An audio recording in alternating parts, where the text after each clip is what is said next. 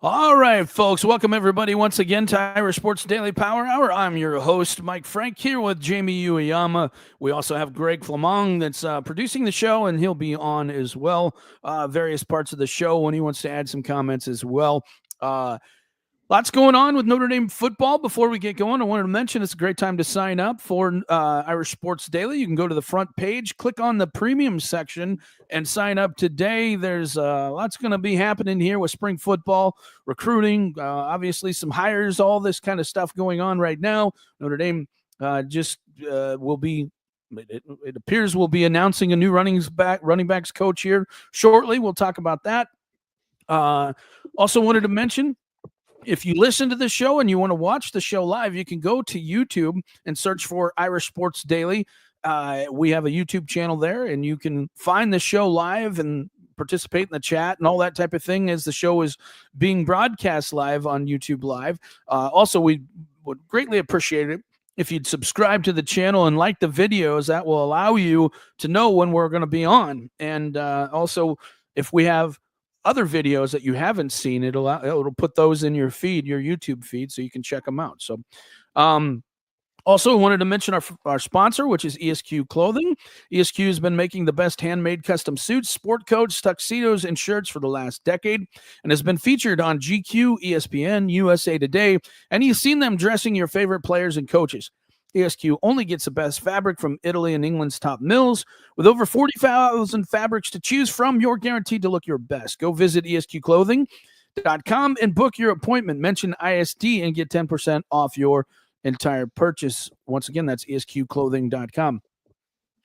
Yama, we're going to get into the football stuff and that type of thing here in a second.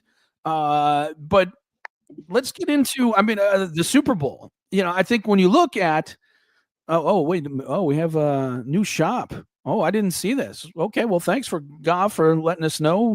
We got a new shop that's opening for ESQ Clothing. So make sure you check that out, and congrats to Ge for that. So anyway, the Super Bowl, when I watched the game, Jamie, it was a very strong reminder that it doesn't matter how much talent you have. You can have Patrick Mahomes. You can have Worthy. You can have all this. If your offensive line cannot protect them, it just doesn't matter. And if your defensive line can't make plays either, it just doesn't matter. This is still a game won in the trenches. And the thing that I get most excited about is I think finally, for the first time, and I can't remember how long, Notre Dame has a coach who 100% understands that. And so, I think Notre Dame's done very well in offensive line recruiting. Defensive line, they got to do a better job here moving forward. I think they've had some pretty solid defensive players on the defensive line. I think next year, and we'll talk about that here a little bit later in the show, they're going to have some good solid bodies and everything. They're not going to have a lot of probably first round picks, maybe Boubacar Traore turns into that, and Bryce Young turns into that, which I think is certainly possible. But they're going to be young guys, and I think in order for Notre Dame to be the type of team that I think we want them to be, not just to get to the game, but to actually win the game, you're going to have to be dominant O-line and D-line. And I think just watching that game was definitely, an indication of, hey, this is what it takes anymore to win. Your thoughts? I mean, absolutely. Look at the Chiefs. The 2 Super Bowls they lost was because of their offensive line. Like, they couldn't block. They couldn't block Tampa Bay's defensive line. In the previous Super Bowl, they couldn't block, the Eagles' defensive line in this Super Bowl, right? And then even if you think about too, and I know the Eagles didn't have success running the ball, which, I mean, that is what happens in a lot of these games, but they could not get any pressure when they rushed for it. The Chiefs couldn't get any pressure when they rushed for it. They could only get pressure when they blitzed, right? And that's pretty much been the thing with, the Eagles. You never see a game. They didn't blitz. They didn't blitz the entire game. They never rushed more than 4 rushers at all. Of course, they did some zone pressure stuff with, they drop out an edge and brought an extra guy, but like they never rushed more than 4 the whole game. Like, and they had consistent pressure. Like Mahomes could never get comfortable.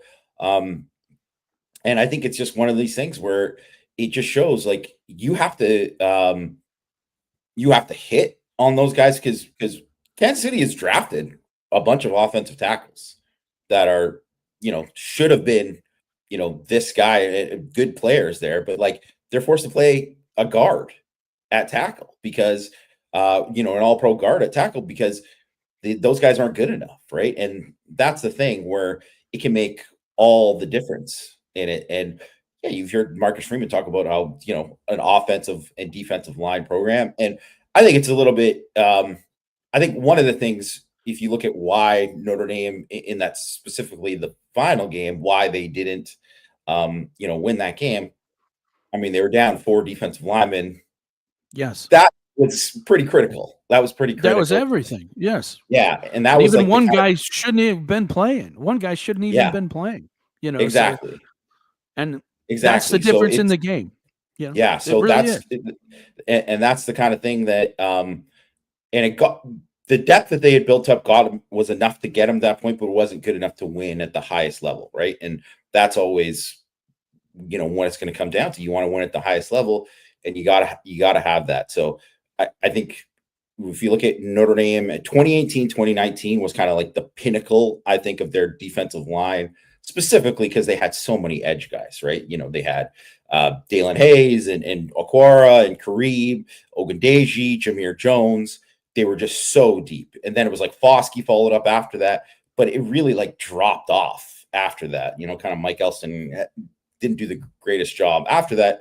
But I think one of the things now that you're kind of seeing with the defensive line, one, we know the offensive line, man, they're set up really, really well going forward.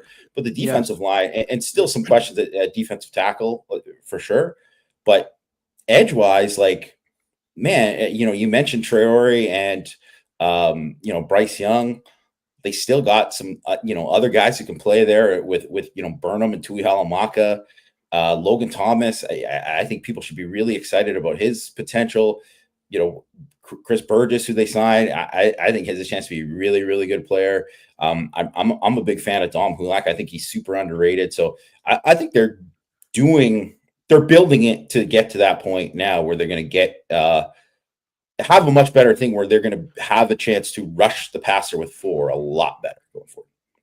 Well, I think their edges are definitely getting better. It's the interior that I think is the problem. And that's the thing that I think you got to address. Now, I do think that they have some good prospects there. Don't get me wrong. I think that there's some guys who can be, talented players. And once they develop, they'll be all right. And, I put a post up on the board. We were talking about it today. But when you look at Notre Dame's situation next year, they're going to be in pretty good position, especially if Jason Onye comes back. Onye should be, around the 295, maybe 300, depending on, where his body's at. Jared Dawson's going to be, that fire hydrant, run stuffer that you're looking for.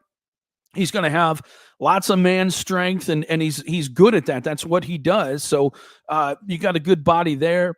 Elijah Hughes, I was surprised he came in weighing 294 pounds. That's pretty good size.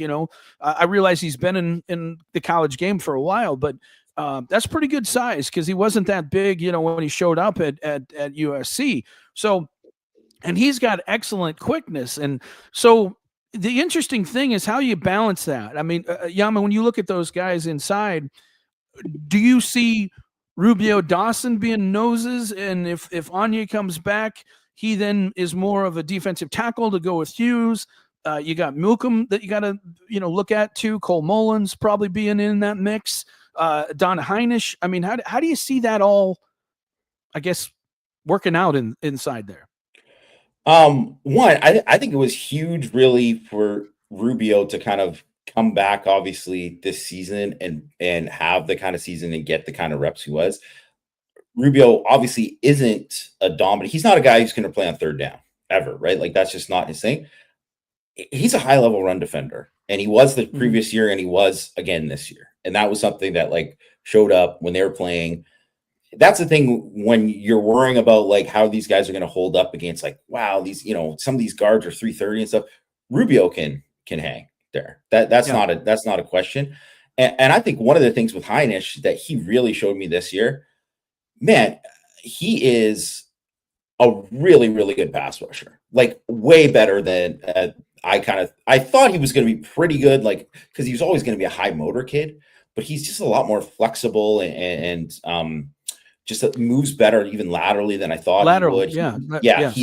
He's and we talked about it kind of when he originally signed, but they've talked about it over the years too. He's much closer to Howard Cross than he is to his brother. His brother, right? So yes. I think he is someone who can play on third down, and it's really going to depend because Anye was playing like lights out as a pass rusher. Like I was blown away by how good he was playing before he obviously was away from the team. So if he can come back and be at that level come in the fall, I mean, he is a guy who could 100% play on third down and play at a high level and like be like a really, really disruptive 3-tech. And I think he has taken steps every year, and he was on his way to having like, if he would have kept that up, he would have been somebody that by the end of the year, teams in the playoff would have said, man, this guy's a problem. Like that's how well he was playing. So, and I think, Hughes to me is like a total X factor guy because I got to be honest, Mike, I watched him and I really liked him. Like I liked not just his high school stuff, which he obviously, you could see the athleticism dominated there, but I just thought like he was a guy who played really well, like fundamentally, like, was like assignment sound player, with kind of like upside to be like a lot more disruptive as a pass rusher. Like I think he has got a chance. And if he is someone who is able to develop under, Al Washington, then I think that kind of changes the dynamic there because what you're getting. Dawson's going to be like a solid player. Like he, at the very minimum, like he is going to be solid in there. It's going to be about whether or not, I mean, I don't have any doubts that like Heinisch is going to be a better player than he is this year. But it's about like Heinisch, you're getting towards the end of the year there, Mike, where you're having Heinisch play with one leg Howard Cross, and it just was, it's untenable really when you get to that point in the season. Well, Heinisch should never play 60 snaps. That just he should never play 60 snaps, and he should never be paired with another guy like at that size, totally, there. And that's really kind of the thing. So, and really, if you look at it, none of the other guys are kind of built like that. And of course, would you like to see them? Mukum is going to be, he's another X factor guy too, and Seviano, I should say too, because those guys are going to be bigger. They're going to be 300 plus guys. Yeah. And Mukum, I think, is probably a nose. And obviously they seem to really like him and what he's done. And he's clearly separated himself above where like Vernon and Devin Houston and those guys are. So to me, like Seviano and Mukum are two of the most interesting guys to watch this spring, because if those guys take the kind of step that you want, then you're going to come out of spring saying, oh, this defense is going to be cooking, because that's really the big question mark. Yeah. All right, sir. Certainly we got some good news. Yesterday, Matt Freeman out there doing the job and kind of breaking the Ja'Juan Seider situation. I know that Pete Thamel was also there too, but Matt certainly was ready for that. Had the story ready to go. We knew that it was a very likely scenario of something to happen, and Matt did a fantastic job with that. Jamie, I mean, when Deland McCullough left, I was like, I don't think people realize how good of a job he did as a running backs coach. Not just let's get the most we can out of Jeremiah Love and JD Price and get Aeneas Williams up to date, and we're protecting the football and we're protecting the quarterback and all the assignments that you have.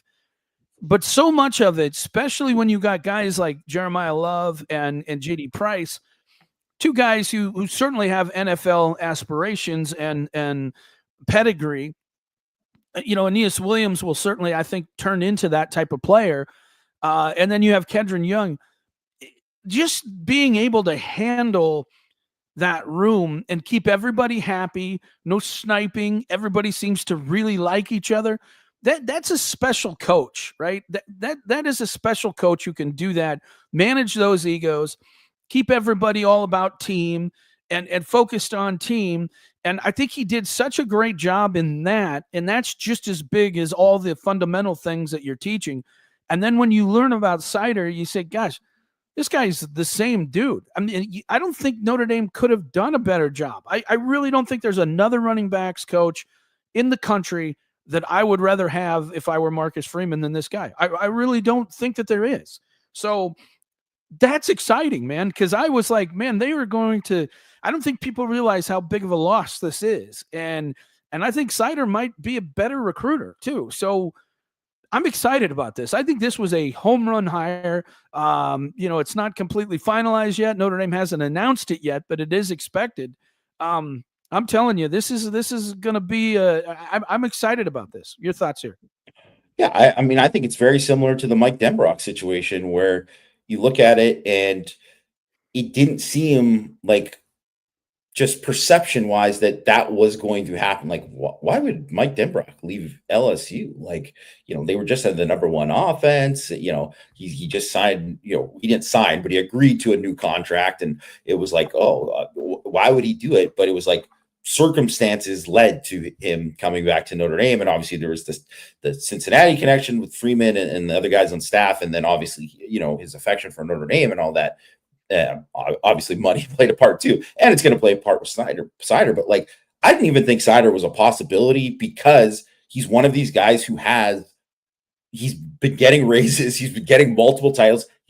He's just like Deland McCullough, exactly, where he's like associate head coach, co-offensive coordinator. He's got all these titles. He's making a ton of money. He's been courted by a bunch of other programs to try to come, and he said no all the time. He's been there since 2018. And he's been awesome. Like he has done a fantastic job. And like you said, Mike, he's done a better job recruiting than Deland McCullough. Even he's been there longer and there's different things that, and obviously Dalen's done pretty well, but just in terms of just sheer like blue chips and number of guys that he's brought on, he's done better. I mean, he beat Notre Dame for Nick Singleton, which was a huge, recruitment. And then obviously Notre Dame desperately wanted Singleton, right? So, and he's a really, really good coach. I think it wouldn't happen if it wasn't Marcus Freeman.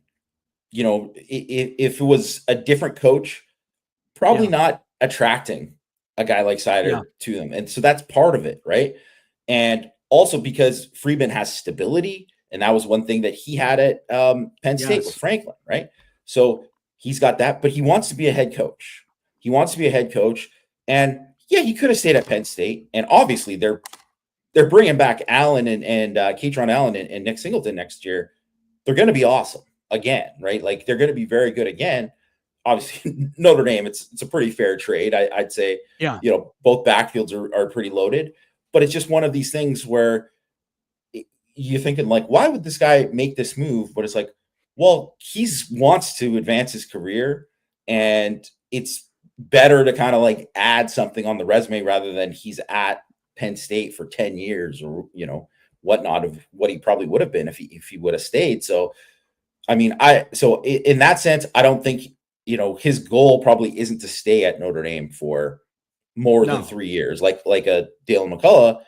But at the same time, if you get the same kind of 3 years you got out of Deland McCullough, out of Seider, like that is an absolute home run. And anyone, if you were starting a staff just from scratch and saying, hey, let's pick the best coaches you can get, Seider's near the top of the list at running backs coach. So, it's a huge hire for Freeman and Notre Dame.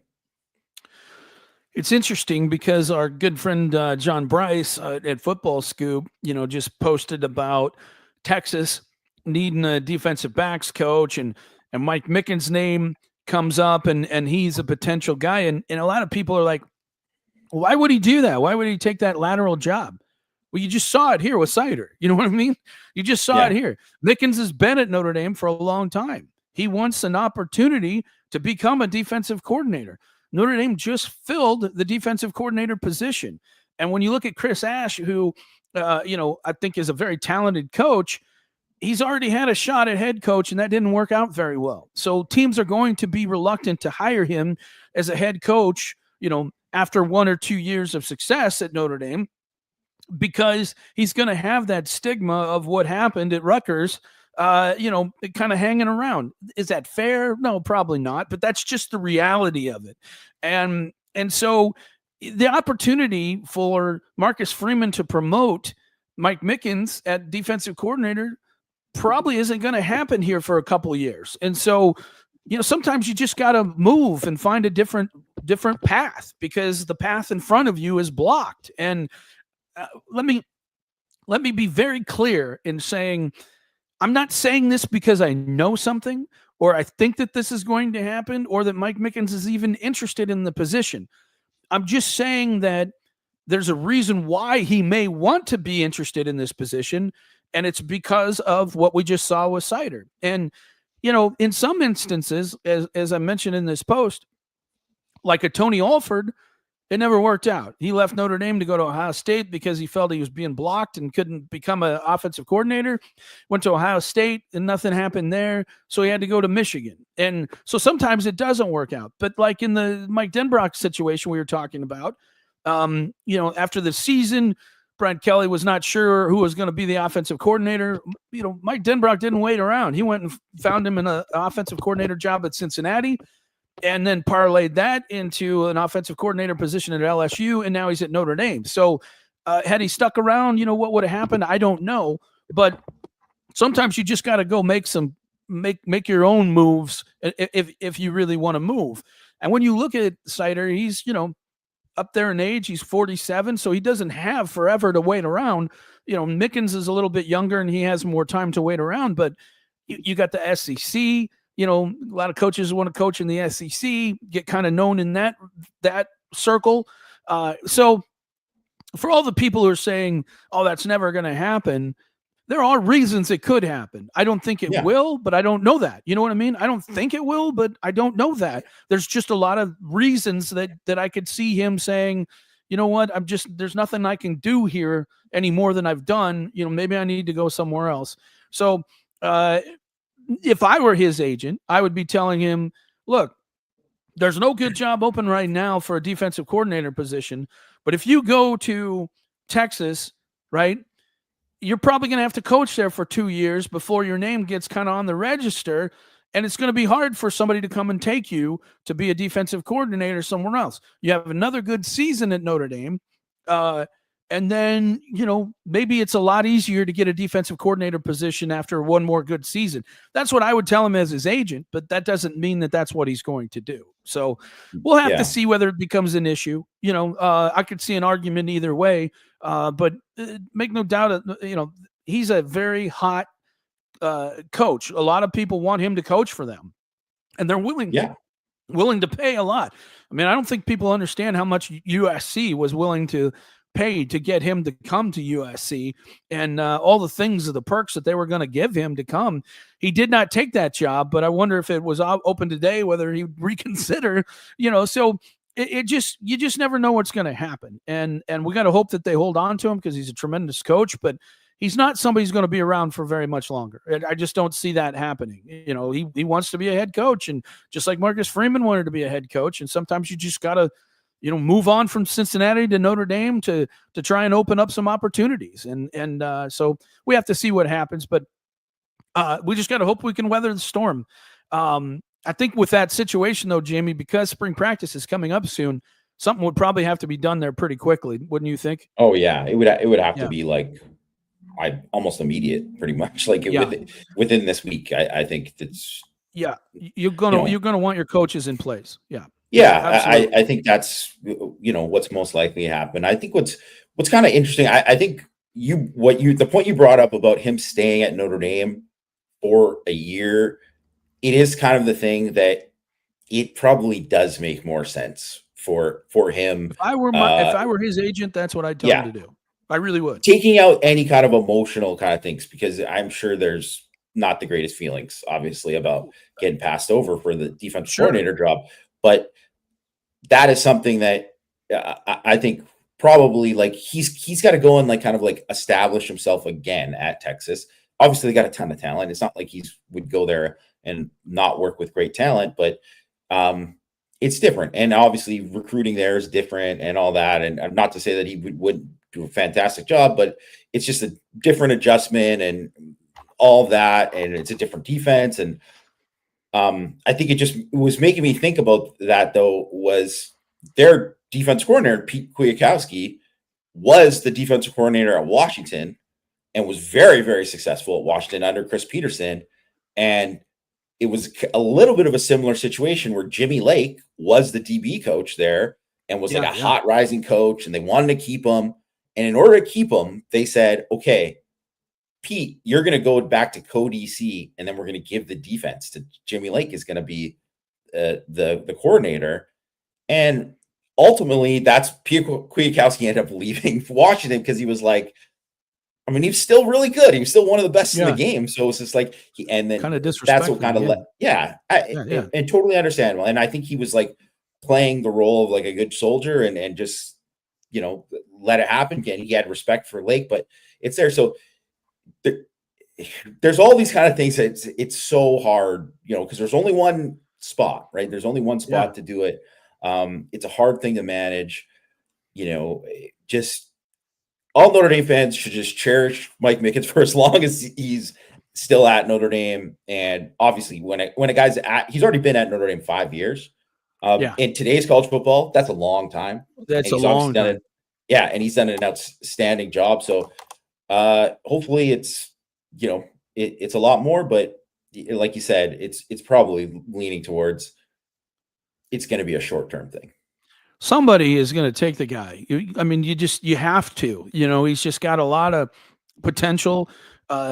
Just look at his evaluation skills, I mean, you just got to be like, I would want that guy as a defensive coordinator if I'm Chuck Martin at Miami of Ohio, or, I'm not saying that that's where he should go or those types of places, but, that may be his only way in to get going at first is a role like that. We saw Chris O'Leary, go to Western Michigan and because he's trying to advance his career and become, a head coach someday too. So the GM role, this is, a lot of people are asking about this and look, if I'm Marcus Freeman at this point, Jamie,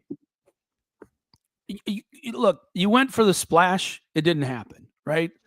And lots of reasons for it. I think a lot of people have thoughts and theories about it. I think if they kind of knew the backstory, they'd certainly understand.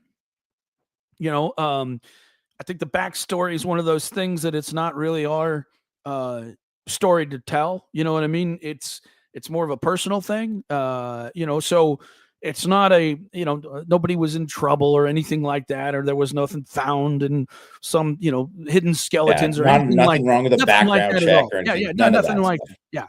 It's just a life circumstance, and life circumstances happen, and it is what it is. So if I'm Marcus Freeman at this point, I'm taking my time, right? Because you tried to get somebody and it didn't work. And now I think it's important to just really do some research and drill down on who can be the guy, who can be the most successful guy for you. And I'm sure there's been thousands of people who've reached out, want to be part of the role, want the job. But you got to find the guy that you think is going to be there for a while too. All right. Like if Blanchard was the guy, I'm not sure he would have been there very long. And what's the point of that? You know what I mean? Yeah. I think you want to find somebody that wants to be at Notre Dame for the long haul. And there are lots of hurdles, lots of things that you have to overcome as a GM at Notre Dame. Like Blanchard didn't have to worry about whether you had extra, Spanish course, the extra math class. He didn't have to worry about that. He didn't have to worry about GPA. He didn't have to worry about you going to class at all, right? He certainly probably doesn't have to worry about the rules near as much as he's going to have to His worry hit rate about doesn't have to be as good. Exactly. And there's just it is a much harder job at Notre Dame than it is at Texas Tech. And if you're getting comparable money and then you have life circumstances happening, I don't blame him for his decision at all. I really don't. So my point being, I think it's going to be very important for Marcus Freeman to find the right guy. And sometimes that takes, 10 interviews. Sometimes it takes calling all around the country trying to find some people. Because, look, just like Seider left Penn State. The only reason he left Penn State is because he knows Marcus Freeman's going to be there for a long time.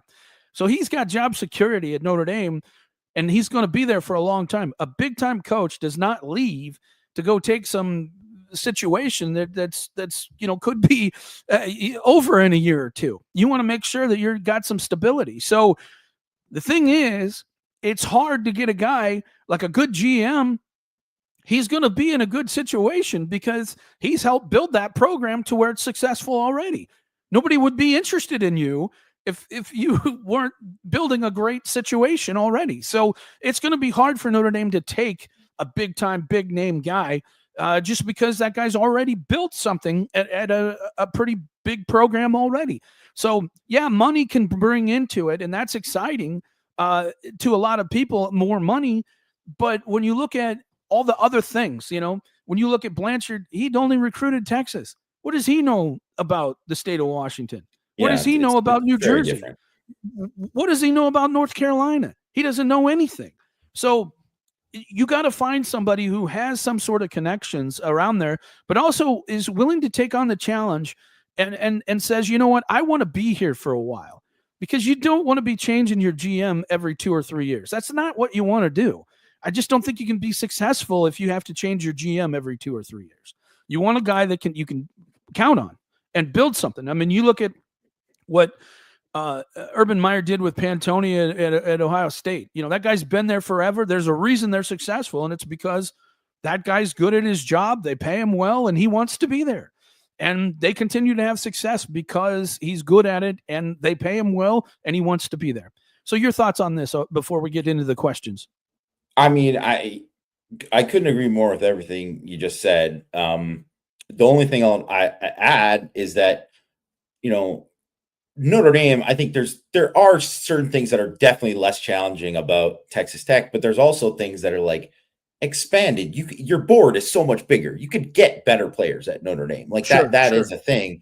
And you're going to be able to attract guys where, there also are some guys who are like, hey, I actually care about my degree. And they aren't looking at Texas Tech first, right? So there's all that kind of stuff too. And that comes along with it. Obviously, it's a prime job. Like it's a very, people will reach out to Marcus Freeman. Like it's not like they're hurting for candidates, right? And he can reach out to anyone.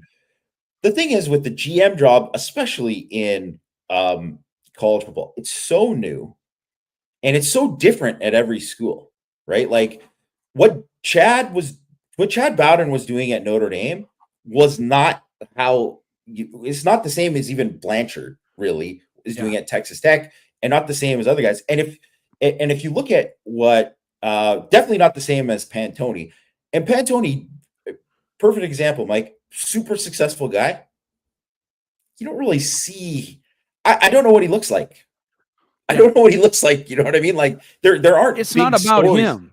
Because yes, he's not making it about him. And that's what Notre Dame needs to find, is somebody who it's not about them. Someone it's not about them. I think totally. I kind of, and that would have been my biggest, my fear as well. My fear with Blanchard was like, this guy, there's a lot of stories written up on him. Like he's really wanted to be out there. And those stories aren't written by chance. You know what I mean? No, it's because it's relationships that you get with the media, and then all of a sudden they're running these puff pieces, and you're giving them information. That's how it goes, right? It's a transactional business, Mike. And totally, that's the thing is like, yeah, okay, you want someone who's connected with media or whatever, because you get information from that for sure. But you don't want someone who's like, hey, make sure my name's in here. Like that is, I don't think that's a good thing, especially when you already have Marcus Freeman as the face of your program, He the is the voice of face your and program. needs to be. Yes. And he, like, literally, you can't find, not even just like literal, he's the best looking face or whatever of the Yeah, coaches. totally. Just Yeah. ask all our wives That's, that he's the best yeah, looking no face. doubt. Amen to that. Gosh. Just in terms of like, but just also in terms of like how he represents everybody who got a chance to see him over the course of this college football playoff run was just like, man, that Marcus Freeman's impressive. And he's just like, he wins people over and over Totally. again. It's like the opposite of Brian Kelly, where it's just the more he's out there, the more he's there. You don't need somebody else to come in and be like, this is also the face. No, you need somebody who's going to grind, and whether it's scouting, whether it's relationships with NIL, whether it's whatever, recruiting behind the scenes and all that kind of stuff, you need somebody who's going to do all of that stuff and not care about anything else. And it's such a new position that there's so many guys that have come up that are like young guys who came up, were like grad assistants who just like worked in the personnel department and have just been like working their way up. And a lot of those guys have obviously done really well, but there's like so many of these GMs really are like 30, right? Like they're young, right? They're some of these guys are even in their 20s, right? So there's a lot of that. And because of that, it's hard to just look at somebody and say, this is an obvious candidate. This guy has done really well at this school, but it's like, well, he's 27 and he's only been in here, right? Which is why this is why Marcus Freeman should absolutely take his time and talk to as many people as possible, because there might be somebody who is, and I know people, everybody throwing Lake Dawson because he's a Notre Dame guy who's in the personnel space in the NFL, right? But like, doesn't have to be a Lake Dawson, but just somebody, it might be somebody who's been grinding their way in the NFL and is that right guy to be this person. And like you said, is willing, like, I want to be here and run this. And this is the chance for me to run my program at Notre Dame and work with Marcus Freeman. And I think like there's probably, I bet there's probably better, no shade at these guys who are working themselves up, but there's as good or better candidates in the NFL who are working in personnel departments there that you can find to be candidates too. So that way, I mean, dig in, do your investigation. The thing is, now that you have made or are about to, it looks like you're about to make this Seider hire, that's your like big name, splashy hire. That's going to be like, okay, this is serious. Then just find the right guy who's going to partner with you and help you build the program. Partner, I think, is the operative word. And then also when you look at, you mentioned Marcus Freeman being the face, but he's not trying to push that. You know what I mean? It just is. And the reason he's successful, he's genuine. And that's why it works, because he's a genuine person. And so that's why he's so attractive to a lot of people, and people are, he endears to a lot of people is because he is a genuine person. It's obvious when you meet him. And so, so again, I think it's finding the right person. And I think you bring up the best point, which is it's a new thing. I have a feeling the GM role is going to change. Like the type of person you're going to hire for the GM role is going to change. And the only reason I think you have some of these guys like Chad being put in that position was because there was nobody else. You know what I mean? There was all these guys were just recruiting guys, and they said, oh, I guess we need a GM now. Well, the NFL isn't going to be given that roll up. Those guys that are in the NFL that have been working there for 12 years, they're not going to just suddenly come to college, right? It's not going to suddenly, I'm coming to college. Maybe a few will, but you're not going to raid the NFL and bring them over and say, okay, well, we need a GM. But what I think is going to happen is a lot of these guys were hired for the GM role. We're kind of recruiting guys like Chad. They were, selling guys, that they were, that was their role. They were selling guys. They weren't as heavily involved in evaluations. They weren't as heavily involved in the NIL part of things. They weren't as heavily involved in alumni relations and things like that, because that's going to be really important. I keep stressing that, in order to have the NIL that you want, you're going to have great relationships with the people who have the most money around your program. So, so I think you'll see the role change. And I got to believe Marcus Freeman probably realizes that too, that having, just a sales guy in that position isn't necessarily the right thing to do. It can work. And don't get me wrong. I think Chad did a lot of good things at Notre Dame. I don't want to discount what he did. He did do a lot of good things at Notre Dame, but I don't think his expertise was in all of those things. And so I think what you want to do is find somebody who has a lot of experiences in those types of roles, put them in more of a, leadership management type of role. And then you go hire your specialty people. You go hire your sales people. You go hire the people who've dealt with NIL and stuff like that. You hire some people who know the alumni, and you hire some people who have great connections to big business that you can hopefully get to,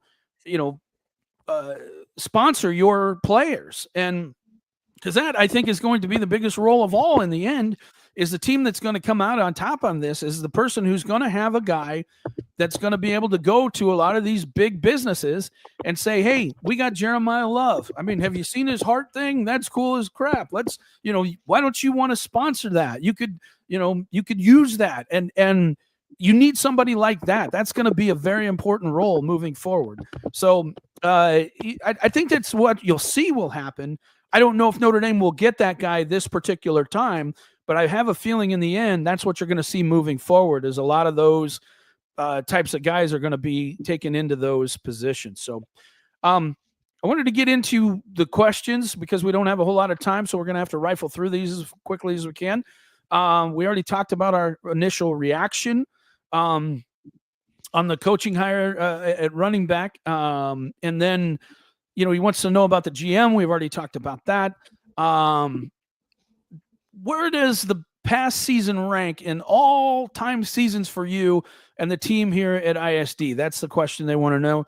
For me, I'd say that was probably in all the time that I've covered Notre Dame football, 25 years? That was the best season I've ever experienced. It was so much fun. And that team was just everything that you want college football to be. That's what that team was. And that's what made it so exciting. Your thoughts here, Jamie? I completely agree, Mike. So that was my 10th season working for you, covering the team. And I don't even think it was even close. And obviously they had 2018, 2019, they undefeated regular seasons. They go to the playoff. I mean, those are great teams. There's been a lot of great teams, really. Like, from like 2015 on, there was a lot of teams, a lot of fun teams, a lot of great players that I enjoyed covering. And, that I would say, were just awesome, a pleasure to deal with and stuff too, like over the years. But like, just totally what you said. It was all about like college, what you wanted a college football team to be, how they improved, but also played at such a high level after losing guys, and just the coaching, the players, what they did, all they kind of sacrificed as they were kind of going on and continuing to win, getting over that hump and winning games like, Georgia and Penn State, and doing it. And even the national championship game, which didn't go like anyone wanted to, but there was a possibility that game could have turned into exactly what the Super Bowl was. And it did not, because of what they did and kept fighting in that game. So, it was just a pleasure to cover them. And, I hope that, a lot of these guys are back. So hopefully, let's run it back. Hopefully it's another one this season. Yeah. It's interesting because I think back to that NIU loss, right? And I don't know about you, but I'm sure there were a lot of people that were like, can this guy do it? You know what I mean? Yeah. Is this guy, can this guy actually do this job? But then I heard his press conference after the game, and he said, a lot of people are going to be looking for people to blame. And he said, it's me. I'm the guy to blame. I screwed this up. It's my fault. I got to figure out how to fix this. I've covered a lot of coaches at Notre Dame. I've never seen one do that, where it's like, literally just he took all of the blame. Where a lot of coaches, the players didn't play that well and we didn't coach that well. Marcus Freeman just said, no, this is all me. I screwed this up. This is my fault. It's my job to fix this. And when I heard that, I said, I don't know whether he's going to be able to fix this, but that's the right message. It's the first time I heard the right message after a crushing loss like that. And I said, well, if the guys get behind him, this guy gets what he needs to know. And that was just so encouraging. All right. The guy wants to know, do you think that the transfers coming in this year, Jamie, will be as good as some of the others that they've had in the past? Do you think it's going to be better? What are your thoughts here on the guys that they brought in? Well, I think it's going to be as good for the most part. Obviously, it's rare you're going to hit on all of those guys, but the hit rate has been actually really good. They've done a great job of kind of like finding guys that kind of like fit the culture of the program. Also guys like specifically on defense that I think are like just smart, intelligent, hardworking football players that kind of like, they fit the mold of what they want exactly. So specifically at DB, right? They've done a tremendous job there. But I would say what would make this different is Malachi Fields and Pauling. He has the chance, I think, to be the best transfer receiver that they've gotten by far. Like, yeah, he absolutely has a chance to be. I don't put this like I try not to be hyperbolic, but I actually think there is a chance that he could have like this is like he's had put up numbers. He has that kind of Claypool 2019 kind of jump as going into it. Like first of all, he has that kind of like physical ability. Like that is something that's there. And he's just a super talented guy. And I think he was someone who was really, really hurt by bad quarterback play at his previous school, but still put up numbers. Right. So I think that is something that is, can kind of change some things there for them. And I'll also say too, like, I just like just overall what they do. And don't be surprised if Will Pauling is a very, very good player for Notre Dame as well. I don't think Mike Brown would have taken Will Pauling if he didn't think that he could really help. You know what I mean? Oh, yeah, no doubt. He's got a whole lot of bodies just like him. You don't need a guy like that. There's plenty of bodies just like that. So I think he would have. And heck, if I'm Mike Denbrock, I'd be like, why do we need this guy? We got a bunch of guys like this. So Mike Brown had to do some pretty good selling to Mike Denbrock to say, okay, yeah, let's go ahead and take this guy, because like I said, you got a lot of those bodies already. And Denbrock also would have been around. Sorry to interrupt, Mike, but Denbrock also would have been around when he got recruited at Cincinnati too. So he probably is a believer in his talent as well too. So, sure. On. Sorry. I think Devonta Smith is going to be the critical one. They've done such a good job with Harper, Jordan Clark in the past. If he hits, and they really need him to hit because, I think Carson Hobbs can play that role, and that's another role he's going to be looked at, I'm sure. But you're thin at corner. You just are. And we don't know what's going to happen, with some of those young guys. You're probably not going to find a Lemon.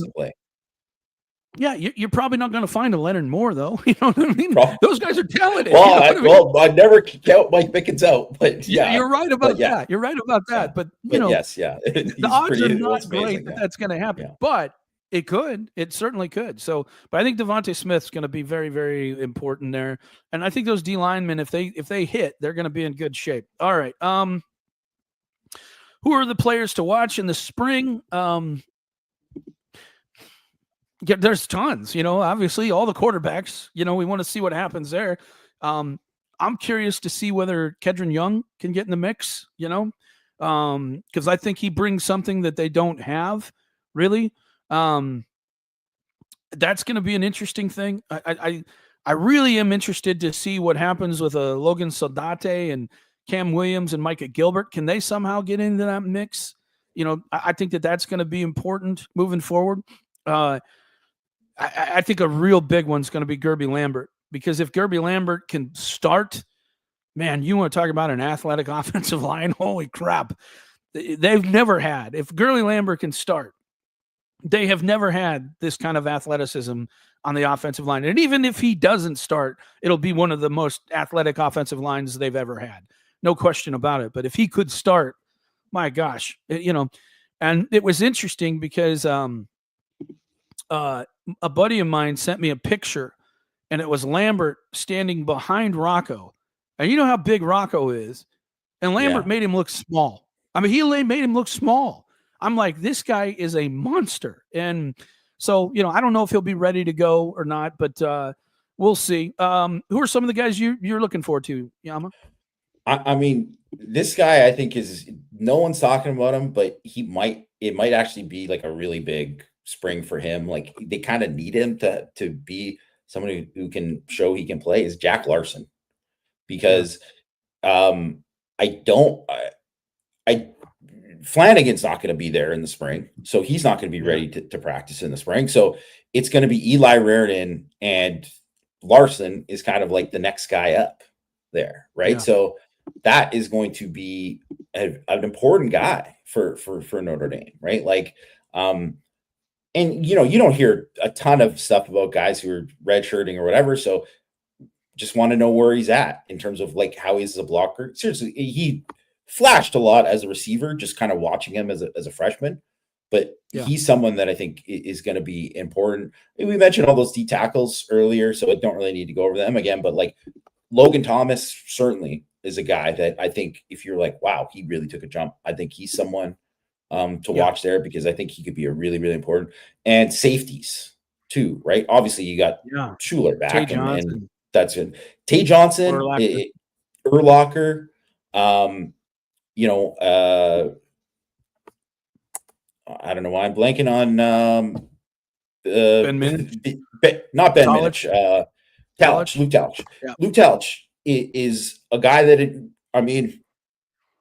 he's shown like really good steps along the way, and he's a super intriguing guy if he can get there. Obviously, he had the huge hit in the on the punt team too in the playoff. Like he had the pick six during the year. Like he's someone. He's genuinely intriguing to me, and they have a lot of intriguing guys there. And they've done such a good job of like developing those guys, right? And Watts was such a great example for all those guys too. And Schuler obviously is someone I think is already kind of going to be like he's only 2 years in the program, but he's going to be like a leader, like one of these guys, leaders on the defense. So I think it's they're set up well there. It's just going to be which of those guys kind of makes that biggest jump. Speaking of which, that's one of the questions we have. Who do we think are going to be the leaders next year? And I think Adon is certainly one. I think Drake Bowen will certainly be one. D-line's going to be interesting. That's the one where you're kind of like, is it Donnie Heinisch? Is it Rubio? I don't know, because you got some older guys in Burnham, and Tui Halamaka have been around for a while, but are they going to even start? Probably not. And so, I think D-line's going to be the question mark heading into where the leaders are. Obviously, running back, you're going to have more than your share. O-line's going to be interesting because, some people may say Ashton Craig, but is he even going to start? I don't know. Billy Schrauth, I think is I think he's more kind of a quiet guy. They don't have that Coogan guy. You know what I mean? So that will be interesting. I think obviously Eli Raridan, will be around, and has been around, but you also have Kevin Bauman, who's been around as well. He'll be there for tight end. Wide receiver is going to be interesting. Is Jaden Greathouse your leader now? You know what I mean? Is he your leader? He's probably going to be. I think he's got to be, isn't he? Yeah. He's got to be. So, absolutely, he's one of these guys who sets an example for everyone. That's for sure, with his work ethic. Yeah. I think if people knew how much he was offered to leave, they'd be shocked. You know what I'm talking about? And they would be Yeah. absolutely shocked at how much money he was offered to leave from what we hear. We're not 100% sure, but the number we heard, stunning. I mean, I was just like, wow. And I think the fact that if that's true and he stuck around, that says a lot about his character. I mean, it really Yeah. does. So, I love the kid. All right. We got another question here. How much impact, if any, will the progress of the offensive line impact the decision on the quarterback? And I do think that had a big impact on why they recruited Riley Leonard this year, because they knew that they probably were not going to have the pass protection that they hoped for. This coming year, I think they're going to have it. But I, Jamie, when I look at it, all those guys can move pretty well. I think when everybody looks at Angeli and they say, well, he takes too many sacks, I don't think it's because he doesn't move. I think it's just he doesn't have pocket awareness like he needs to. And you won't have to have it as much, so maybe he has a better chance. But I don't think it'll matter much. Your thoughts? I don't think it'll matter that much, but if anything, it does. Like you said, it would favor Angeli. That would help him the most because he's a good athlete, but he's the least athletic of the options. And yeah, that's the thing. It's like his awareness and his escapability. That's probably on a lower level than everyone else. But if obviously if you're throwing from a clean pocket all the time, then matter. Yeah. You can be cooking, and you see how good the guy looks throwing from a clean pocket. So, oh yeah, no doubt. The next question we have here, I think, is a good one. It wants to know about Jabron Payne and what his role will be. Again, I don't think he'll probably be 100% healthy coming into spring. I guess we'll find out, but he has been out for a while. It happened in the spring last year, so maybe he will be 100% healthy, but they tend to kind of ease you in, especially if you've been out for a year. It's not something where, he's not going to be pounding the ball, inside zone very much in spring football. I just don't see that happening with him. So, the guy wants to know, well, is he a candidate for somebody who may leave after spring? And I suppose that's possible. But I'm just not sure he'll get a lot of opportunities to show what he can do in the spring. Your thoughts there? Yeah, it all depends on his health. And I think if he decides to leave in the spring, it would probably be more about like, well, he saw what the other guys were doing and he wasn't back yet or something like that. That would be the thing. But what he showed last year in the spring, like he was going to have a great year.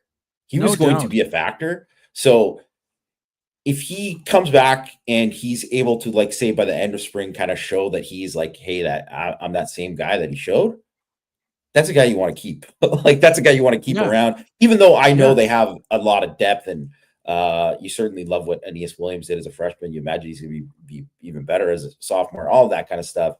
But I just think it's one of these things where they're all good problems right now there in the backfield. Yeah. He looked as good as JD Price did to me, and I'm a huge JD Price fan. He looked really good. So he looked like a different player in terms of like running after contact, balance, just quicker. I thought he looked great. Yeah, no doubt about it. Guys want to know a lot about what's going to happen now with Seider. Will the board change it, for recruiting? I think it will. People want to know, will Indy try and flip Messiah Mickens? Of course they will. I mean, the guy's already committed to Seider. I'm sure that's the first call that he made and rightfully should. And then they wanted to know, with McCullough, it was all about kind of keeping everybody happy. Do you think something's going to change in the running backs room as far as, maybe Jeremiah Love being more of a featured back? I don't see that happening. He had the same situation with Katron Allen and Singleton, and those guys kind of 50-50 split. Yeah. So I doubt very much that would change. And to be honest with you, I'm sure that's something that Marcus Freeman wanted to know, because he knows that room and he knows that, JD Price probably could have gone somewhere for a lot of big money and came back for a reason. And you got to honor what you've told him about his opportunities to play. So I think I'd be surprised about that if anything happens. Guys want to know what's going on with Devin Houston and Brennan Vernon and Do we think that they're going to have much of a chance this year? I'd be surprised. I just think that there are players in front of them. And, when Cole Mullins, who didn't even really play his senior year, right? And a lot of people thought was going to come in as a defensive end, gets switched to defensive tackle and is making more noise than you are. That really says a lot. It really does. And so I'm not counting them out and saying that they can't and that they won't make a move. But it's going to be difficult because there's a lot of bodies there who've already proven a lot more than they have at this point. Anything you want to add, Jamie?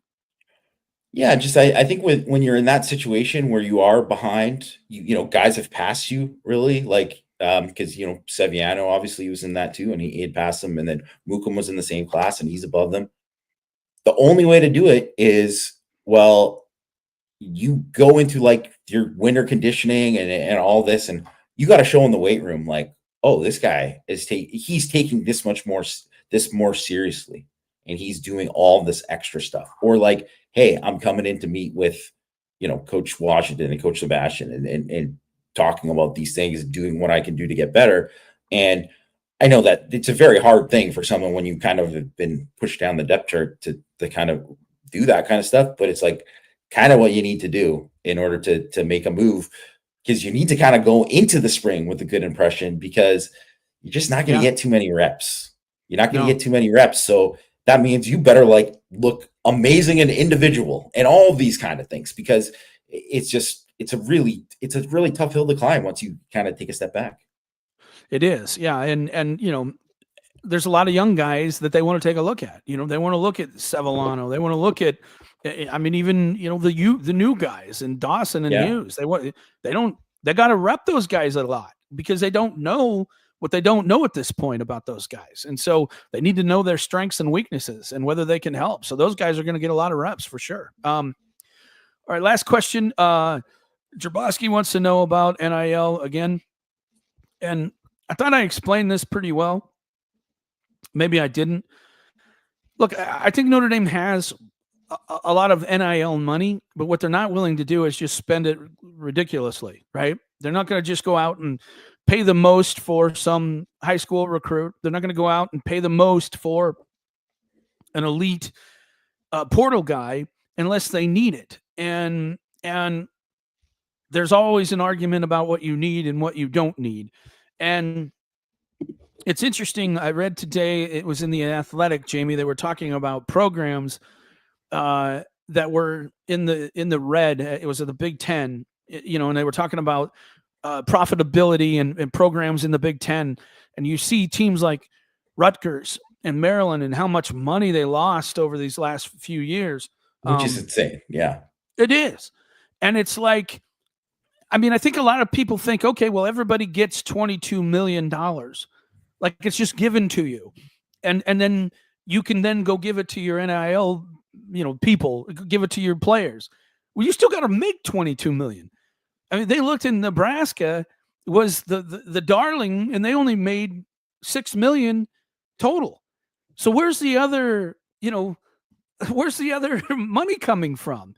Right? It's got to come from somewhere. If you're going to give $22 million away, you got to make it. And so if you save a little bit on 1 year because you didn't buy this guy, then you have the opportunity when you really need something to buy it later.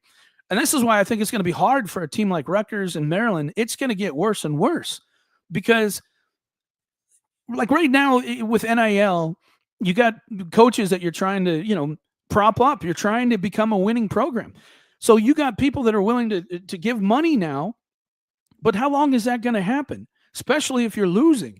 So a team like Maryland and Rutgers, Pittsburgh, Boston College, I don't see how these teams can, they're not going to be a factor, 3 years down the road. They're not going to be a factor at all because you can't continue to lose that kind of money.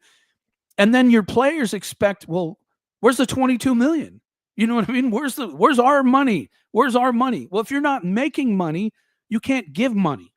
And so it's important to be fiscally responsible when you have money because you're probably going to need it at various points of time. And you got to stay above making money. And, Notre Dame's not going to go, well, let's dip into the endowment. That's not going to happen. A team like Rutgers, that, a team like Rutgers probably going to have to fire their coach at some point, or Maryland. Well, who's going to pay for that? Well, of course, the alumni are going to pay for it. Well, you can't ask them to give you $10 million to buy out a coach, and then also, where's our $10 million for NIL? So you got to be smart about this. And, I think Notre Dame had a window here where they had an opportunity before this happens, where I would have liked to see them spend more because other teams are. But at the same time, I also understand from running a business that there's only so much money. I don't think that people realize until you actually run a business, they think that you can just like write a check, I'll just write a check, and that's money. No, there has to be money that's in the account for that check to be cashed, right?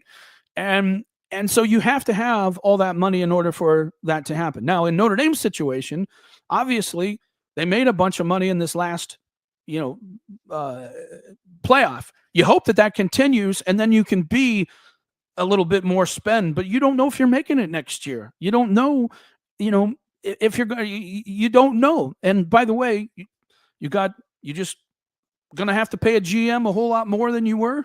I mean, a lot of people heard, Chad was probably making under 300,000. Now, all of a sudden, you're going to have to pay somebody $1 million, $1.2 million. Seider ain't going to come cheap. There's no doubt about that. Chris Ash didn't come cheap, but, I'm sure. So these are things that are all expenses that you have to overcome, and you have to generate the money to do that. So it's not as easy as, okay, well, we got $30 million saved up for NIL. Let's go spend it all this year. That doesn't make sense. You got to be smart about it because you don't know if you're going to make it next year. Now, Notre Dame's in the best position they could possibly be compared to everybody else, as long as they make it. As long as they make it, they're going to be in a great position. But there's no guarantee of that. But I do think if I had my druthers, I wish they would have spent a little bit more on recruits this year and on portal guys. But to be honest with you, Jamie, I didn't see a lot of portal guys that were worth buying. I really didn't. No, not this year. That's for sure. I mean, honestly, I just didn't see too many that were in the portal where I was like, yeah, let's spend money. I mean, like Branch from USC. I wouldn't have bought that kid. I wouldn't have paid anything for that kid. You already got 3 guys on the roster just like him. You know what I mean? Maybe not quite as fast, but certainly the similar type of player. I wouldn't have spent that money on that guy. So I just think it's important for Notre Dame to spend money wisely. I think I'm just trying to tell people they're not going to just throw a bunch of money out there just to throw it out there. It's going to have a purpose. And that's the way Notre Dame's always been run. I think that they'll have enough money when they need to do these things. I think they'll be a little more aggressive moving forward. But I also think you got to be smart. And the people who are smart are the people who are going to balance this well. Because I think what you're going to see, Yama, is a lot of athletic programs are going to get in trouble real fast. They're going to be in the red big time real fast in these next 3 or 4 years because they're trying to compete and they don't have the money to do it. And the only way you can do that is to win and gain more interest in your program. And I just don't see an Arizona State consistently being in the college football playoff. I just don't. I don't see anybody in the Big 12 being consistently in the playoff. And I see a lot of Big 10 teams and maybe even some SEC and certainly a lot of ACC teams that are really going to struggle to compete. So give you your last thoughts on this, and then we'll close down the show. I mean, I that's what the thing too is when we're talking about like kind of like the Super League and what could potentially come. Like some of these teams may just opt out and just say, "Hey, it's going to be 40 at most. 40 at most. It may be 30." You mentioned Maryland. Well, Mike Loxley has a losing record. In his career there, he's 33-41. Just came off a 3-9 season. He's 24 games under 500 in the Big Ten play. Like normally that gets you fired, right? But they probably can't afford to fire him at this point. And maybe the buyout isn't even that big, but it's like, well, because if they fire him, they have to pay somebody else as another big time coach.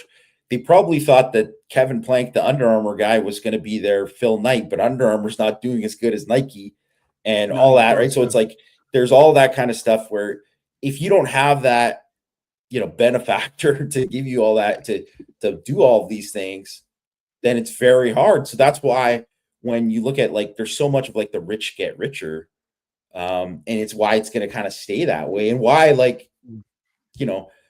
people might not like it, but if you're a Notre Dame fan, you're a Notre Dame fan, listen to this podcast, like you should feel pretty good because Notre Dame is in a position that they will go and say, hey, we are going to get Seider. And maybe they don't get the thing where they're going to,